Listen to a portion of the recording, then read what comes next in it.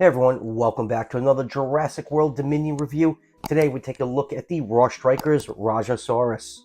Well, it's been a hot minute since I've done a review on the channel. I think it's been well over 2 weeks. I think that's the longest streak that I've done on the channel where I haven't done a review ever since I started it. Been really busy with work, and then last week life decided to throw a little bit curveball my way. Good news is I'm fine, I'm healthy, I'm recovering, I'm going back to work tomorrow. So yes, getting back to this Rajasaurus.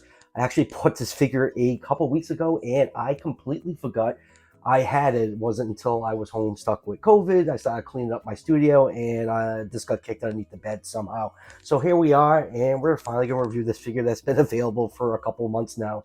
Now, this figure is part of Wave 3 of the Raw Strikers. It's the last wave in the Dominion line. Actually, this may very well be the last Dominion figure I review. Dino Trackers is right around the corner. A bunch of pre-orders dropped the other day. I know some of them are starting to ship. I placed a bunch of orders for a few select figures. I'm going to be really choosy going forward with the mainline stuff. My main focus now is Hammond collection, but I'll still be picking up new species here or there in this new Dino Trackers line. Now I ended up finding this figure at Target. It's also being found at Walmart retails for, I think, what's the price increase now? Around 16, 17 bucks. So enough about the figure. Let's look at the package really quick. It'll be the last time we see this style packaging. Got the Dominion logo, Rexy right here, nighttime sky, and a helicopter. Spinning around, you get a picture of the Rajasaurus. Here are the other figures available in that wave. It's the Pteranodon. I have so few of these large Pteranodon figures. Never liked the size of them. Was this the Ichthyovenator and that Triceratops mold that has been banged to absolute death. So enough about the packaging. Let's crack this thing open and take a closer look. And just like most Raw Striker figures, tail comes unattached. Just going to push it in until it clicks into place, and that is a one-time assembly. And let's start with a nice 360-degree view of the Rajasaurus. Yes, this is the third time we've gotten this exact same figure in the Dominion line. The first one was the brown one available in Wave 1, and then we got the green battle damage one that came with the Bioscene Copter, and now we have this black and white one. I really wasn't going to pick this up until I saw it in stores, and I have to say the color scheme really appeals to me. I think this is the best looking of the three. Now, Rajasaurus is a Bellasaur from India. It's known for pretty decent remains. When we look at these Jurassic World figures, they're really not that accurate. Probably the only thing they really got right on here is the little horn on the top of its head, which some paleontologists thought was used for headbutting. But other than that, not much about this thing screams a Bellasaur. The arms are too big, but it's Jurassic World. We're not buying these because they're accurate. We're buying them because they're cool.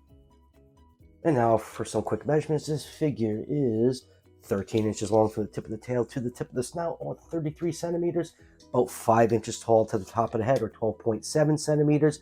So there's two size estimates for Rajasaurus.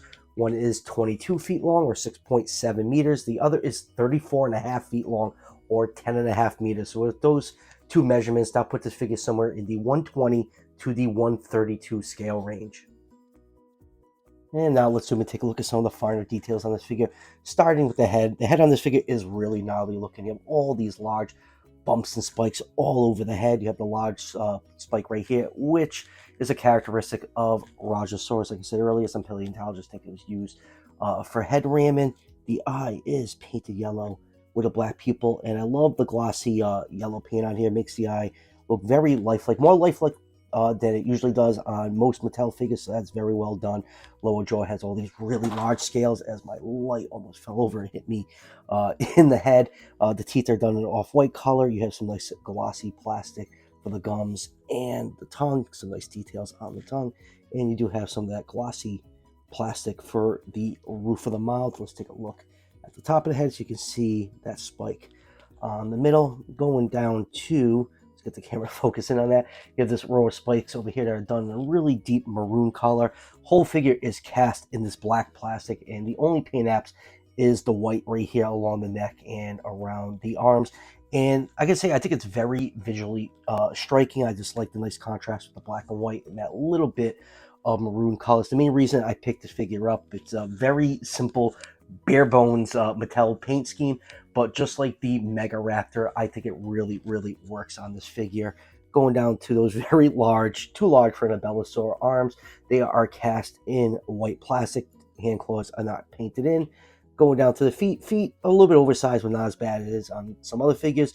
Same thing, toe claws aren't painted in. You get some nice scales on the top of the toes. Going down to the body, got some really, really large like spikes and osteoderms all along the side of the body. It goes all the way down in this very asymmetrical pattern down to about the midpoint of the tail. I think that is very, very cool look. I like this very asymmetrical look of how these are placed on here. And before I forget, let's pop out the Dino tracker code. So for those of you that want to scan that into the Fax app, and then going down to the tail, tails are proportionally short on most Mattel figures. That is due to, the package constraints.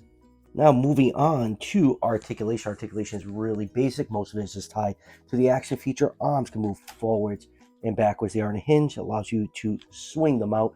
Hind legs can move backwards and forwards. You have that little click right here. That's the locking point that most figures have to keep it in a nice steady position. And then you have the pointless tail rotation. I keep saying it. Hinge joint, hinge joint, hinge joint.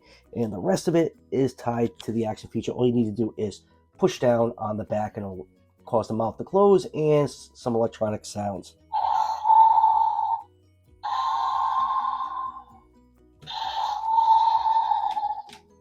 So same exact sounds that are on the other three Rajasaurus. Nothing exciting there. Moving on with comparisons. Here it is with one of the human figures, Old Man Grant. And next up, here it is with the other Rajasaurus. For some reason, Mattel really, really liked the species.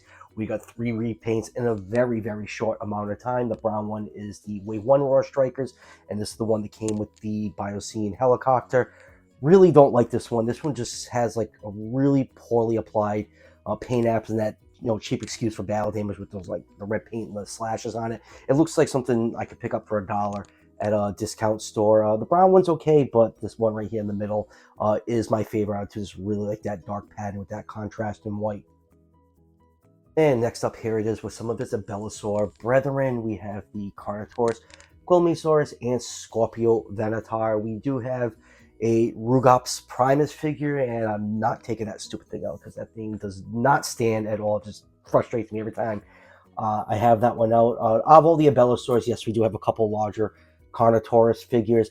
I really love the Scorpio Venator. I think it's a really, really cool figure, and I'm really happy to see that it got repainted. Unfortunately, it's coming in a 2-pack with the Iguanodon, and another figure I can't stand from Mattel is the Iguanodon. I should really do like a worst 5 figure video for the end of the year. I always do my best 5. Really probably should be doing a worst one because there's been some real turds this year. And let's do a couple raptors here with a Velociraptor Tiger, and here it is with a Hammond Collection Velociraptor. And next up, let's do a larger figure. Here it is with the Massive Action Impellosaurus. And next up, here it is with the Tickle Chicken of Death, the Therizinosaurus. And lastly, here it is with the Hammond Collection T-Rex. So final thoughts on the Rajasaurus. Definitely my favorite of the 3. Really like that dark contrasting color scheme with the black and white. It's definitely one of the least painted Mattel figures that we've gotten so far, but it's one of the very few that it actually works on there because they've been really, really skimping with the mainline stuff lately, and even going to Dino trackers. I'm always big on picking up the new species, and I actually skipped out on a couple because the paint apps look so bad, and I'm just going to start concentrating more on the Hammond Collection. There was a few that caught my eye, like the Dryptosaurus and whatnot, that I will be picking up, but there was one that came out, and I just can't bring myself to get it, and I cannot think of the name of it right now. I'll just have a text roll across the bottom of the screen. That one looks absolutely atrocious. Was it the Sino Tyrannus or whatever the hell it was called? That thing just looked terrible. It'd probably be the first new species that I'm not going to pick up from Mattel in the main line. So yeah, enough of me complaining. So yeah, cool figure. If you like Rajasaurus or you like this color scheme, you can pick it up. It can be found at Target, Amazon, Walmart. So that will do it for the review. I hope my voice didn't sound terrible during this recording. Like I said, I'm just getting over COVID, And yeah, got the PNSO Therizinosaurus. That should be coming in relatively soon whenever it gets released from Customs Hell. So I'll be reviewing that. And then we have a lot of new Dino Tracker stuff that should be released in the next couple weeks or so. So there should be a lot of Jurassic World content on the channel going forward. So as always, if you're enjoying the content on this channel, show your support by hitting that subscription button just below the video. Each subscription helps out the channel tremendously and it's greatly appreciated. And I'll see you guys for the next one.